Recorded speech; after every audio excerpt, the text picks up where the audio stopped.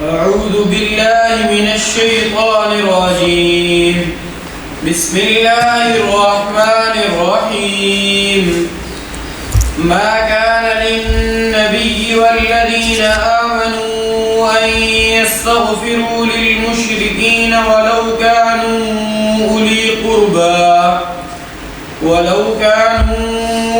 قربى من بعد ما تبين لهم أنهم أصحاب الجحيم وما كان استغفار إبراهيم لأبيه إلا عن موعدة وعدها إياه فلما تبين له أنه عدو لله تبرأ منه إن إبراهيم لأواه حليم وما كان الله ليضل قوما بعد إذ هداهم حتى يبين لهم ما يتقون إن الله بكل شيء عليم إن الله له ملك السماوات والأرض يحيي ويميت وما لكم من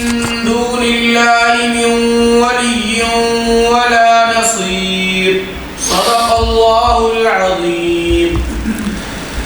بسم اللہ الرحمن الرحیم. یہ بات نہ تو نبی کو زیب دیتی ہے اور نہ دوسرے مومنون کو کہ وہ مشرکین کے لیے دعائے مغفرت کریں چاہے وہ رشتہ دار ہی کیوں نہ ہوں، جب ان پر یہ بات پوری طرح واضح ہو چکی کہ وہ دوزخی ہیں. اور ابراہیم علیہ السلام کا اپنے والد کے لیے جو مغفرت کی دعا مانگنا ہے اس کی وجہ اس کے سوا کچھ نہ تھی کہ انہوں نے اپنے والد سے ایک وعدہ کر لیا تھا. پھر جب ان پر یہ بات واضح ہو گئی کہ وہ اللہ کا دشمن ہے تو وہ اس سے دستبردار ہو گئے. حقیقت یہ ہے کہ ابراہیم علیہ السلام بڑی آہیں بھرنے والے اور بڑے بردبار تھے، اور اللہ تعالیٰ ایسا نہیں ہے کہ کسی قوم کو ہدایت دینے کے بعد گمراہ کر دے جب تک اس نے ان پر یہ بات واضح نہ کر دی ہو کہ انہیں کن باتوں سے بچنا ہے. یقین رکھو اللہ ہر چیز کو خوب جانتا ہے. یقیناً اللہ ہی ہے جس کے قبضے میں سارے آسمانوں اور زمین کی سلطنت ہے. وہ زندگی بھی دیتا ہے اور موت بھی، اور اللہ کے سوا تمہارا نہ کوئی رکھوالا ہے نہ ہی مددگار. یہ سورۃ توبہ کی آیت نمبر 113، 114، 115 اور 116 ہے. ان آیات میں بنیادی طور پر ایک ہی مسئلہ بیان ہوا ہے کہ اپنے غیر مسلم رشتہ دار کے لیے موت کے بعد دعائے مغفرت نہ کی جائے. بنیادی مسئلہ یہی ہے، لیکن اس کے شان نزول کی ترتیب اور اعتراض جواب پر مختلف باتیں سامنے ہیں. رسول اقدس صلی اللہ علیہ وآلہ وسلم کے شفیق چچا حضرت عبد مناف ابو طالب ہیں. رسول اللہ صلی اللہ علیہ وسلم کے 9 چچوں میں 2 چچے ہیں جو صحابی اور مسلمان ہیں. نمبر 1 حضرت حمزہ رضی اللہ تعالیٰ عنہ، نمبر 2 حضرت عباس رضی اللہ عنہ. حضرت ابو طالب کی عزت احترام یہ امت مسلمہ کے مطمع نظر ضرور ہے. کیوں؟ انہوں نے رسول اللہ صلی اللہ علیہ وسلم کی بہت زیادہ خدمت کی ہے اور بہت زیادہ مشکلات سے اللہ کے رسول کی حفاظت کے لیے اپنا کردار ادا کیا ہے، اور بڑے بڑے مسائل کو انہوں نے خود سامنا کیا ہے. اللہ کے رسول کی طرف ان مصیبتوں کو نہیں آنے دیا. لیکن ان تمام خوبیوں کے باوجود حضرت ابو طالب نے کلمہ نہیں پڑھا تھا، شریعت محمدیہ کا اقرار نہیں کیا تھا، اور واضح طور پہ توحید کے عقیدے کو تسلیم نہیں فرمایا تھا. اس کا یہ مطلب نہیں ہے کہ ان کے خلاف بندہ کوئی ایسے کیمٹس پاس کرے جو برے ہوں. صرف اتنی حد تک بات ہم کر سکتے ہیں، باقی ان کی شفقتیں، محبتیں، پیار رسول اللہ کے ساتھ اس میں کوئی دوسری رائے نہیں ہے، اور نہ یہ بات کوئی ڈھکی چھپی ہے. اس واقعے کے اس صورت کے ان آیات کے اترنے کا واقعہ یہ ہے کہ حضرت ابو طالب جب بیمار ہوئے اور ان کی وفات کا وقت بالکل قریب آ گیا تو اللہ کے رسول صلی اللہ علیہ وسلم کو اطلاع ہوئی کہ مرض الوفات شروع ہے تو آپ علیہ السلام تشریف لے گئے۔ جب رسول اکرم صلی اللہ علیہ وسلم وہاں پہنچے تو وہاں کفار کے بڑے بڑے سردار جمع تھے، یہ عبداللہ بن امیہ اور اسی طرح ابو جہل اور یہ سارے وہاں اس کے قریبی یعنی عمر کے یہ بندے بیٹھے ہوئے تھے۔ رسول اللہ صلی اللہ علیہ وسلم نے انہیں اسلام کی طرف بلانا اور ایمان کی ترغیب اور اس طرح کی بات شروع فرمائی۔ رسول اکرم صلی اللہ علیہ وسلم بات فرماتے اور ابو طالب اور یہ ابن امیہ اور یہ سارے بات ابو جہل اور ابن امیہ ابو طالب کو دیکھ کے کہتے اب بھتیجا ہی رہ گیا ہے ایمان لانے کے لیے، اتنی بڑا تو شخصیت پر اور رتبے پر فائز ہے، اپنی حیثیت کو دیکھ بھتیجے کی باتیں مانے گا، اب بھتیجے تجھے راہ دکھائے، یعنی رسول اللہ صلی اللہ علیہ وسلم کی بات کو وہ چھوٹا پن کر کے دکھاتے۔ آپ علیہ السلام نے محسوس فرمایا کہ اگر میں ان سے الجھوں، میرے چاچا کا آخری وقت ہے اور یہ لمحہ ضائع نہ ہو جائے، تو رسول اللہ انہیں جواب دینے کے بجائے اپنے چاچا سے مخاطب ہوئے کہ میرے چاچا جان آپ ایک مرتبہ توحید کا اقرار فرما لیں، نبوت کا اقرار فرما لیں، کلمہ طیبہ پڑھ لیں، باقی معاملات چھوڑیں، کل قیامت کے دن میں ایک آپ کے ایمان کا گواہ اللہ کے دربار میں کافی ہوں۔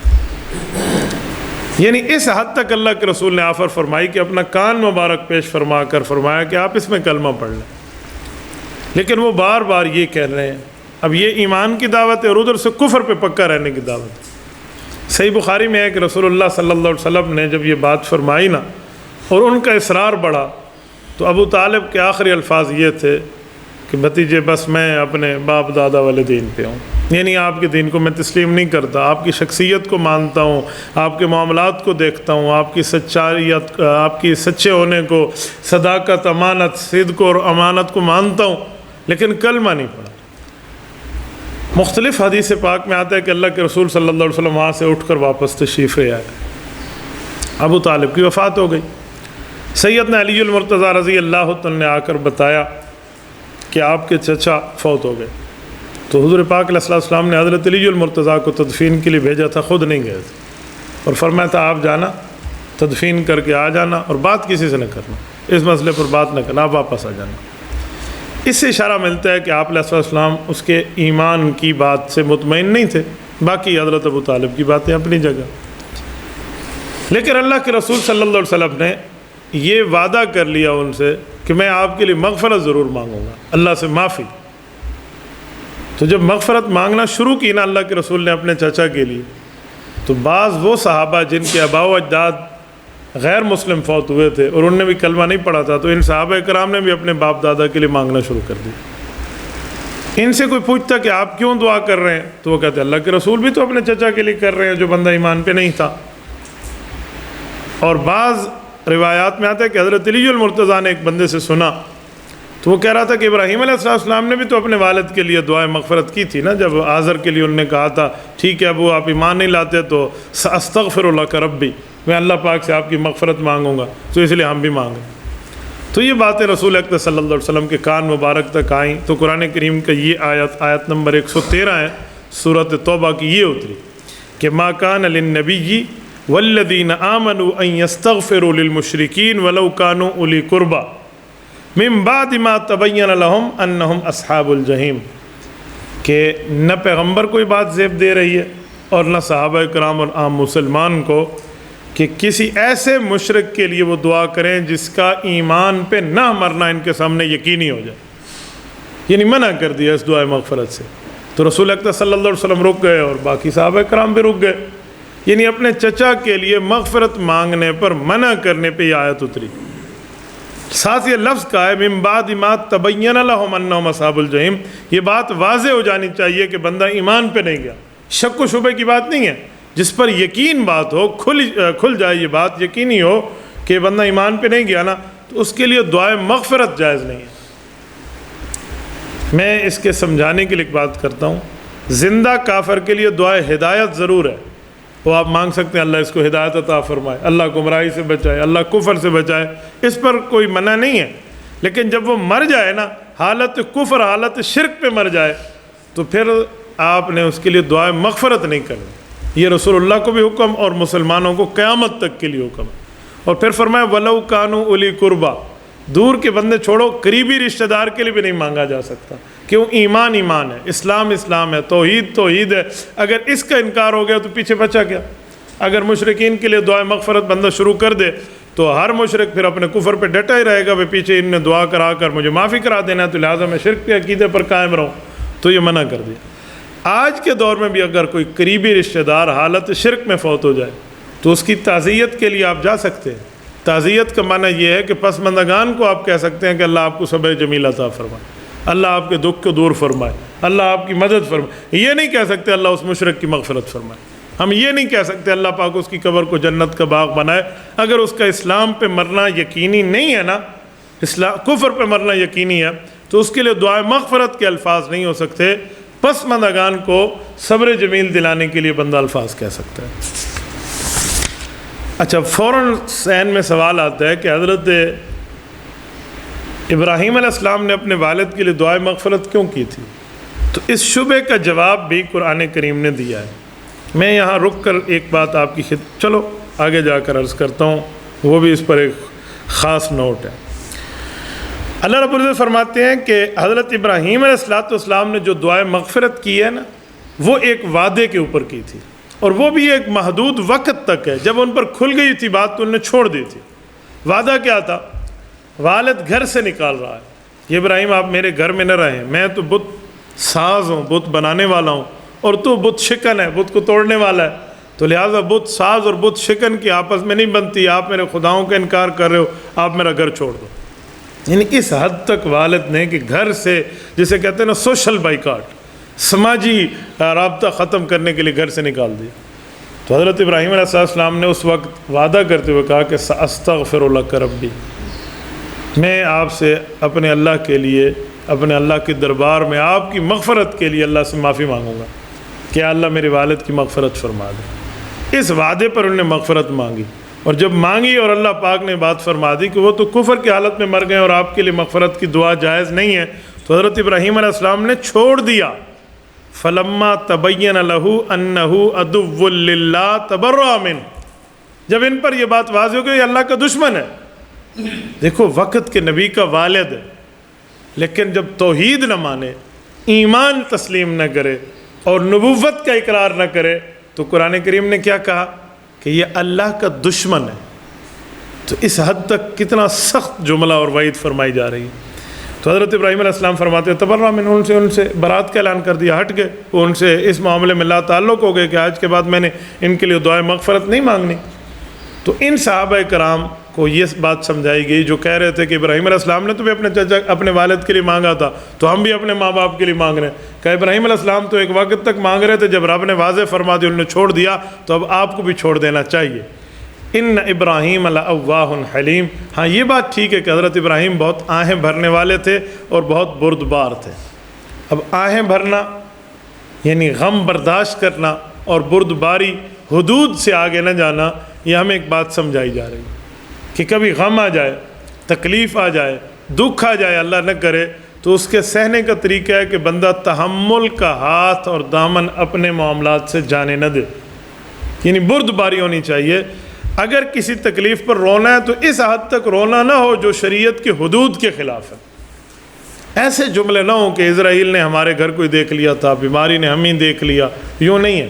جس بندے نے جب تک دنیا میں رہنا ہے اللہ نے اس کا کھانا پینا اتنا ہی لکھا ہے، تو جب لکھ دیا ہے اب اس کا کھانا پینا اور اس کا رزق ختم ہو گیا، تو دنیا کی کوئی طاقت ہے جو اس کا رزق دوبارہ بحال کرا کے اسے کہ نہیں جی اس نے زندہ رہنا ہے؟ رب العزت نے اس کی موت کا فیصلہ فرما لیا ہے، تو بس اس پر پھر بندہ رضا کا اظہار کر دے، راضی ہونے کی بات کر لے اور دکھ کے اوپر صبر کرے، دکھ کی وجہ سے۔ ورنہ یہ نہیں ہے کہ کوئی مر گیا تو معاملات اس کی وجہ سے آگے چل نہیں سکیں گے۔ اقوال زرعی میں ایک قول زرعی ہے کہ قبرستان ان لوگوں سے بھرے ہوئے ہیں جو کہتے ہیں ہمارے بغیر دنیا ایک لمحہ بھی نہیں چل سکتی۔ تو موت تو یقینی ہے۔ جمعہ کے خطبے میں ہم حدیث پاک سنتے ہیں نا، الا وان النفس لن تموت حتی تستکمل رزقها، کہ یہ بات خبردار ہو کر سن لو کہ کوئی بندے کو اس وقت تک وفات کا وعدہ نہیں دیا جاتا، موت نہیں آتی جب تک اس نے اپنا اللہ کی طرف سے دیا ہوا رزق مکمل نہیں کر لینا۔ جب اللہ رب العزت کی طرف سے دیا ہوا رزق مکمل کر لیا ہے نا، تو بس پھر اس کے بعد اس کی وفات کا وقت پورا ہو گیا۔ بعض اوقات آخر میں پانی پلانے کے لیے چمچ منہ میں پانی کے ڈالتے تو پانی نکل آتے، جس کا معنی اس کا لکھا ہوا نہیں تھا، بس یہ آخری وقت ہے۔ تو فرمایا اگر کبھی تکلیف اور دکھ آ بھی جائے نا تو اسے برداشت کرنا ہے، تو برداشت کا مادہ۔ حدیث پاک میں ہے، صحیح بخاری میں روایت ہے کہ غم کے موقع پہ گریبان کو پھاڑ دینا، اپنے بالوں میں خاک ڈالنا اور اپنے منہ کے اوپر تماچے مارنا، حضور پاک علیہ السلام نے فرمایا اگر یہ کام کرو گے تو میری امت میں سے نہیں ہو۔ لیس منا من شق الجیوب وضرب الخدود ودعا بدعوی الجاہلیہ، فرمایا تم نے اپنے بال کھولے، اس میں مٹی ڈالنا شروع کر دی ہے غم کے موقع پہ، اور اپنے چہرے پہ تھپڑ مارنا شروع کر دیے ہیں، اور اپنے گریبان کو چاک کر کے جاہلیت کی باتیں کرنا شروع کر دی ہیں، تو ایسا بندہ کس منہ سے میری امت محمدیہ ہونے کا دعویٰ کرے گا؟ یہ رسول اللہ صلی اللہ علیہ وسلم نے ہمیں غم سہنے کے احکامات بتائے ہیں، یعنی اس طرح نہیں ہونا چاہیے۔ عرب میں یہ عادت ہوتی تھی کہ کوئی بندہ فوت ہوتا نا تو وہ وصیت کر جاتا تھا کہ میرے اوپر اتنے دن تک روتے رہنا، اور وہ چھوٹا موٹا رونا بھی نہیں ہوتا، باقاعدہ خوب دھاڑے مار کے رونا، چہرے کے اوپر تماچے مارنا، سر پہ خاک ڈالنا، گریبان کھول دینا، یہ عورتوں مردوں سب کو کہا ہوا تھا۔ وہ وصیت کر کے جاتا اور پیچھے اتنے مہینے اتنا عرصہ تک یہ وصیت پہ عمل جاری رہتا۔ تو اللہ کے رسول صلی اللہ علیہ وسلم نے اس رسم بد کو ختم فرمایا یوں نہیں ہونا چاہیے۔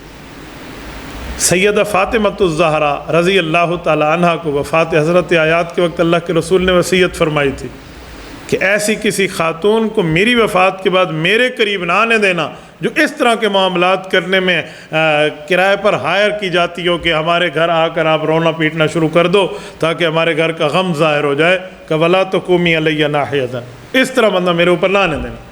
ان رسول اللہ صلی اللہ علیہ وسلم کی اپنی سلبی اولادوں میں بیٹیوں اور بیٹوں میں صرف ایک ہی بیٹی اس وقت وفات کے وقت موجود تھی نا، آپ علیہ السلام کی وفات کے وقت، باقی چاروں بیٹیوں میں 3 بیٹیاں بھی فوت ہو گئی اور 3 بیٹے بھی فوت ہو گئے، تو کہا اپنا ٹھہرنے دینا، یعنی اپنے گھر کے معاملات میں حضرت فاطمہ کو پابند فرمایا۔ تو ان ابراہیم لأواہ حلیم، کہا ابراہیم علیہ السلام آہیں بھرنے والے تھے لیکن حلیم بردبار تھے، حدود سے آگے نہیں جاتے تھے، تو یہ منع فرمایا۔ اب سوال اٹھتا ہے کہ جن صحابہ کرام نے اپنے کافر ماں باپ کے لیے، غیر مسلم ماں باپ کے لیے، مشرکین ماں باپ کے لیے دعائے مغفرت کی تھی، قرآن نے تو منع کر دیا، اب ان کا یہ کام کیا ہوگا؟ انہیں تو علم نہیں تھا، تو جب تک یہ حکم پتہ نہیں تھا تو اور وہ دعائیں مانگتے رہے جس سے قرآن کریم نے منع کیا، تو اب جو ان سے پہلی یہ مسٹیک ہو گئی ہیں اس کا جواب کے لیے علیحدہ آیا تھا، فرمایا ایسی بات نہیں ہے، اللہ ایسا نہیں ہے کہ کسی قوم کو ہدایت دینے کے بعد گمراہ کر دے، اللہ پاک عذاب ایسے نہیں دیتے، بلکہ جب تک اللہ واضح نہ کر دیں کہ ان چیزوں سے بچنا ان چیزوں سے نہیں بچنا تو کبھی اس پر عذاب نہیں آتا، یعنی آپ کی وہ غلطی جو بھولے اور انجانے میں ہو گئی ہے تو اس پر کوئی پکڑ نہیں ہے۔ یہ ان کے دل کی تسلی کے لیے فرمایا کہ یقین رکھو اللہ ہر چیز کو خوب جانتا ہے، یعنی کون بندہ جان بوجھ کر گناہ کر رہا ہے اور کون بندہ بھولے سے گناہ کر رہا ہے، تو یہ علم اللہ رب العزت کو ہے۔ ہاں جان بوجھ کے ایک آدمی گناہ کرے یہ مسئلہ بہت خطرناک ہے، اور ایک آدمی کو پتہ ہی نہ ہو، آج بھی عدالت میں فیصلہ لایا جائے نا تو جج اس کے بارے میں یہ تحقیق ضرور کرتا ہے کہ جب یہ مجرم جرم کر رہا تھا تو اس کے علم میں یہ حکم تھا کہ یہ کام نہیں کرنا، یا اس کے علم میں یہ بات تھی کہ اس پر اتنی سزا ہے، تو جب یہ 2 باتیں سامنے آئے نا، ایک پر اسے سزا ہوتی ہے، ایک پر اس کو معافی ملتی ہے۔ اگر اسے یہ پتہ چل جائے جج کو کہ جب یہ جرم کیا جا رہا تھا تو اسے پتہ نہیں تھا کہ یہ یہاں ممنوع ہے، تو پھر اس کے لیے معافی کی گنجائش ہوتی ہے۔ ہاں اسے یہ تو پتہ ہے کہ یہاں ممنوع ہے لیکن اس پر سزا کیا ملنی ہے یہ پتہ نہیں تھی، پھر بھی اسے سزا ملتی ہے کہ سزا کا معلوم، یعنی ایک آدمی ایک جگہ کسی جگہ جا کر کوئی قانون توڑے تو اس پر اتنے سال قید ہے، اسے نہیں پتہ تھا، اگر یہی نہیں پتہ تھا کہ یہ قانون یہاں ہے تو پھر تو اور بات ہے، لیکن قانون کا علم تھا، سزا کا علم نہیں تھا، تو اسے سزا پھر بھی ملے گی۔ تو شریعت اسلامیہ نے اسی مد نظر رکھ کے فرمایا کہ اللہ پاک ان بندوں کو اس وقت عذاب دے دے جب انہیں پتہ ہی نہیں ہے یہ حکم ہے، تو ان پر کوئی عذاب اس وقت نہیں آئے گا جب انہیں علم ہی نہیں۔ ہاں جب علم آ جائے، پتہ چل جائے، معاملہ واضح ہو جائے، پھر نافرمانی کے اوپر عتاب آئے تو یہ اللہ کی طرف سے نعوذ باللہ ظلم نہیں ہے، یہ اپنے ہاتھوں کی کمائی ہے جو ہم غلطی کر رہے ہیں۔ اچھا، یہ سارے معاملے میں اللہ رب العزت کی حکمت کاملہ کو اور ملکیت کو اور اللہ رب العزت کی قدرت کو بیان کیا جا رہا ہے کہ یقین جانیں اللہ ہی ہے جس کے قبضوں میں سارے آسمانوں اور زمین کی طاقتیں اور سلطنتیں، یعنی رب العزت کے ہاں ہی ہے۔ وقتی طور پر 2 دن کی شاہی مل جانا یہ طاقت نہیں ہوتی، وقتی طور پر 1-2 دن کے پاور میں آ جانا اور اس کو اپنے لیے حرف آخر سمجھنا یہ پاور نہیں ہے، بلکہ اس پاور والے سے ڈرنا چاہیے جس کی بادشاہی ہمیشہ سے اور ہمیشہ قائم رہے گی۔ فرعون کو 500 سال تک سر میں درد نہیں پڑا تھا، حکمران بھی تھا، تو اس نے سوچا کہ دیکھو جب مجھے سر میں درد بھی نہیں پڑتا، زکام بھی نہیں ہوا، بخار بھی نہیں ہوا، کھانسی بھی نہیں لگی اتنے، تو باقی میں ہی خدا ہوں۔ یہ شیطان نے اس کے دماغ میں ڈالا۔ حق تھا، یہ مقام شکر ہے، سجدے میں گر جائیں، اللہ آپ نے اتنے عرصے سے مجھے بیماریوں سے محفوظ رکھا ہے۔ فرعون نے خدائی کا دعویٰ کر دیا، تو فرمایا زمین آسمان کی بادشاہی اللہ کے کنٹرول میں ہے، اگر طاقت ملی ہے تو اس طاقت پر اللہ کے سامنے سر جھکائیں۔ یحیی و یمیت، فرمایا اللہ کی طاقت ایسی ہے کہ دنیا میں ہر ذی روح کو زندہ بھی رکھتا ہے اور اس کی وفات کا مسئلہ بھی اللہ کے ہاتھ میں ہے۔ ہر ذی روح، صرف انسان نہیں، صرف انسانوں کا معاملہ نہیں ہے، یعنی زمین کے اوپر کیا مخلوق ہے، زمین کے اندر کیا مخلوق ہے، پانی کے اوپر کون رہتے ہیں اور پانی کے اندر کون رہتے ہیں، فضا میں کیا کیا معاملات ہیں، پہاڑوں پر کیا ہے، کہاں تک زندگیاں موجود ہیں، ان کو رزق کیسے دینے ہیں، ان کے حالات کی ترتیب کیا ہے، یہ ساری ان کی زندگی، ان کی موت، ان کا رزق، ان کا کھانا، ان کا پینا، ان کا اٹھنا بیٹھنا، سونا جاگنا، پورے معاملات کی ترتیب، فرمایا لہو ملک السماوات والارض، یہ تمام بادشاہی میرے اللہ کے کنٹرول میں۔ اچھا، وما لکم من دون اللہ من ولی ولا نصیر، یہ عقیدہ توحید سمجھانے کے لیے فرمایا کہ یہ بات عقیدے کے طور پہ سمجھ لو کہ اللہ کے سوا نہ کوئی تمہارا رکھوالا ہے اور نہ ہی مددگار ہے۔ وقتی طور پہ ایک دوسرے کے تعاون کو مدد نہیں کہتے، بھائی یہ مجھے چیز اٹھا دیں، اچھا یہ وہاں رکھ دیں، تو یہ جو ہم نے ایک دوسرے کی مدد کی ہے یہ یا اللہ مدد والی مدد نہیں ہے، یہ ما تحت الاسباب مدد ہے، جو بندے کے بس میں ہو اس سے وہی مانگا جا رہا ہے، جو اس کے بس میں نہیں ہے تو وہ کیا کر سکتا ہے؟ ایک بندے کو آپ یہ نہیں کہہ سکتے بھائی میری زندگی کے 2 دن بڑھا دے، وہ اس کے بس میں نہیں ہے، اتنا ہی کہہ سکتے میں پانی دا گلاس چاہ کے میں گلے چل، تو وہ گلاس اٹھا کے آپ کو دے رہا ہے، تو یہ مدد نہیں ہے، مدد وہ ہے جو اللہ رب العزت فرماتے ہیں۔ تو اللہ کے علاوہ، اللہ کے مقابلے میں آ کر کسی کو اپنا مددگار سمجھنا یا کسی کے لیے یوں سمجھنا کہ یہ میرا مددگار ہے اور میرا رکھوالا ہے، یہ شرک ہے۔ تو وہ سارے معاملات اللہ کے ہاتھ میں ہیں، ہاں کسی وجہ سے کوئی پورا کر رہا ہے تو وہ اللہ کا فضل ہے۔ ہم ایک دوسرے کی تعریف کرتے ہیں نا کہ یہ بہت اچھا بندہ ہے، فرماتے ہیں یہ بھی اللہ کی تعریف ہے۔ کیوں؟ اللہ نے گناہوں پر پردہ ڈال رکھا ہے، اگر رب العزت گناہوں کے پردے کو اٹھا لیں تو بندہ ایک دوسرے کو دیکھنا بھی گوارا نہ کرے، تو جو ایک دوسرے کی تعریف ہو رہی ہوتی ہے یہ دراصل رب کی صفت ستاریت کی تعریف ہو رہی ہوتی ہے، کہ اللہ کی جو چادر، پردے کی چادر بندے پر پڑی ہوئی نہیں، اس کی تعریف ہے۔ تو ہر مسئلے میں اللہ رب العزت کی طرف ہی متوجہ ہونا چاہیے۔ جو بنیادی مسئلہ میں آپ کی خدمت میں عرض کرنا چاہ رہا تھا وہ اس پر ایک سوال اور جواب اور ایک شبہ کا معاملہ ہے، وہ یہ ہے کہ حضرت ابو طالب نے وفات کے وقت فرمایا میں تو اپنے باپ دادا کے دین پر فوت ہو رہا ہوں، تو حضرت ابو طالب کے والد ہیں حضرت عبد المطلب، حضرت عبد المطلب تو موحد فوت ہوئے ہیں، وہ تو مشرک نہیں ہیں، وہ تو دین ابراہیمی پہ فوت ہوئے ہیں۔ تو جب ابو طالب کہے میں اپنے باپ دادا پہ نام پر فوت ہو رہا ہوں، ان کے دین پر، باپ دادا تو ایمان پہ جائیں، ابو طالب کے بارے میں یہ کیوں کہتے ہو کہ یہ غیر مسلم ہے؟ تو پھر تو یہی کہنا چاہیے کہ وہ مسلمان ہے۔ اس شبے کا جواب میں نے بڑی تفسیروں میں تلاش کیا رات، لیکن اللہ قبروں پر کروڑوں رحمت نازل فرمائے، قاضی ثناء اللہ رحمہ اللہ کی تفسیر مضری میں مجھے ملا، بہت پیارا اس شبے کا جواب دیا۔ فرمایا یہ بات ایسے ہی ہے کہ ان کے آباء و اجداد مسلمان ہیں اور وہ دین ابراہیمی پر فوت ہوئے ہیں، لیکن ابو طالب کا ایمان ثابت نہیں ہے، باوجود یہ جملہ کہنے کے کہ میں اپنے باپ دادا کے دین پہ ہوں۔ کہا وجہ یہ ہے کہ ان 2 مسئلوں میں فرق ہے۔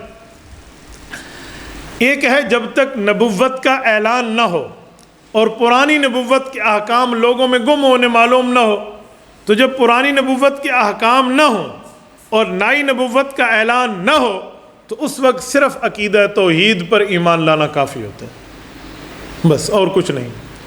حضرت ابراہیم علیہ السلام کے بعد، حضرت اسماعیل علیہ السلام کے بعد اس دھرتی پر، جس دھرتی پر رسول اللہ صلی اللہ علیہ وسلم تشریف لائے ہیں، عرب کی دھرتی پر کوئی نبی نہیں آیا، یعنی حضرت اسماعیل کے بعد رسول اللہ صلی اللہ علیہ وسلم آئے ہیں اس دھرتی پہ. حضرت عیسیٰ علیہ السلام جو آئے ہیں تو وہ بنی اسرائیل میں آئے ہیں. یہ امت تو بنی اسماعیل ہے. ترتیب کے اعتبار سے حضرت عیسیٰ اور رسول اللہ میں بھی 600 سال کا فاصلہ ہے, اور یہاں 4,500 سال سے بھی زائد سالوں کا فاصلہ ہے. تو حضرت ابراہیم علیہ السلام کے دین پر تو یہ لوگ تھے کہ آپ ملت ابراہیمی پر ہیں, لیکن ملت ابراہیمی کے احکام کی تفصیل, ان کے احکام کے معاملات, کیسی ان کی شریعت کے حکم تھے, ان سے یہ لوگ ناواقف تھے. تو ان تک وہ احکام پورے نہیں پہنچے تھے, اور نیا نبی بھی ان میں مبعوث نہیں ہوا تھا. تو لہٰذا جو بندہ توحید مانتا کہ اللہ ایک ہے, باقی معاملات سے غافل ہوتا, تو ایسے بندے کو دین ابراہیمی پر موحد اور مسلمان سمجھا جاتا. حضرت رسول اللہ صلی اللہ علیہ وسلم کے دادا جان حضرت شیبۃ الحمد, جنہیں عبد المطلب کہتے ہیں, یہ بھی دین ابراہیمی پر فوت ہوئے ہیں اور موحد فوت ہوئے ہیں, مسلمان فوت ہوئے ہیں. کیوں؟ اس وقت تک نئے نبی کی نبوت کا اعلان نہیں ہے. اور ویسے رسول اللہ صلی اللہ علیہ وسلم کے والدین مکرمین ہیں, حضرت عبداللہ اور حضرت آمنہ رضی اللہ عنہما, یہ بھی دین ابراہیمی پہ فوت ہوئے ہیں, موحد اور مسلمان فوت ہوئے ہیں. ان سے کوئی شرک ثابت نہیں ہے. اس وقت تک نبوت کا اعلان نہیں ہے, باوجود ہے کہ یہ رسول اللہ صلی اللہ علیہ وسلم کے والدین ہیں. جب تک حضور کی نبوت کا اعلان نہیں ہے تو یہ کلمہ پڑھنے کے پابند بھی نہیں ہے. ایسے رسول اللہ صلی اللہ علیہ وسلم کے دادا ہیں. حضرت رسول اللہ کی عمر 8 سال ہے اور دادا دنیا سے گئے ہیں. اب اعلان نبوت نہیں ہے تو عبد المطلب کلمہ پڑھنے کے پابند بھی نہیں ہے, اس لیے وہ مسلمان اور موحد گئے ہیں. بخلاف معاملہ حضرت ابو طالب کے.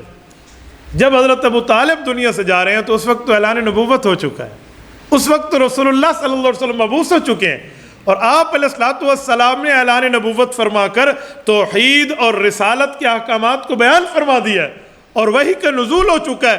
اب احکام کھول کھول کے بتا دیے گئے ہیں. اب فترت کا زمانہ نہیں ہے کہ پچھلی نبوت کی باتوں میں صرف توحید مان لیں, باقی احکام ان تک نہیں پہنچے. اب یہ مسئلہ نہیں رہا. اب حضور پاک کے آنے کے بعد توحید بھی کھل کے ماننا پڑے گی, رسالت کا بھی اقرار کرنا پڑے گا, شریعت کے تمام احکامات کے اقرار کرنا پڑے گا. حضرت ابو طالب نے تو ان میں سے کسی کا اقرار نہیں کیا. جب کسی کا نہیں کیا, صرف اتنا کہا کہ میں باپ دادے کے دین پہ ہوں, تو باپ دادے کے دین پر مغفرت اس وقت یقینی تھی جب اعلان نبوت نہ ہو چکا ہوتا. جب رسول اللہ صلی اللہ علیہ وسلم کی طرف سے نبوت کا اعلان ہو چکا ہے, اب حضور پاک علیہ السلام کی نبوت کو ماننا, توحید کا واضح اقرار کرنا, رسالت کو تسلیم کرنا, شریعت پر ایمان رکھنا, اور وحی اور قرآن کو اپنے عقیدے میں شامل کرنا, یہ فرض اور واجب ہے. اس فرض اور واجب سے حضرت ابو طالب غافل ہوئے. ایک بات. دوسرا اس کا جواب بہت پیارا ہے کہ یہ جو ابو جہل کہہ رہا تھا حضرت ابو طالب کو وفات کے وقت کے بھتیجا آپ کو دعوت دے رہا ہے, اب آپ چھوٹوں کی باتیں مانیں گے, یہ مکہ کی عورتیں آپ کو تانا دیں گی, آپ اتنی بڑے رتبے والے, اتنے بڑے فیصلہ کرنے والے, اور آپ ان کے چچا اور ان کے باپ کی جگہ آپ بچوں کی باتیں مانیں گے, تو لہٰذا اپنے باپ دادے کے دین کا کہو.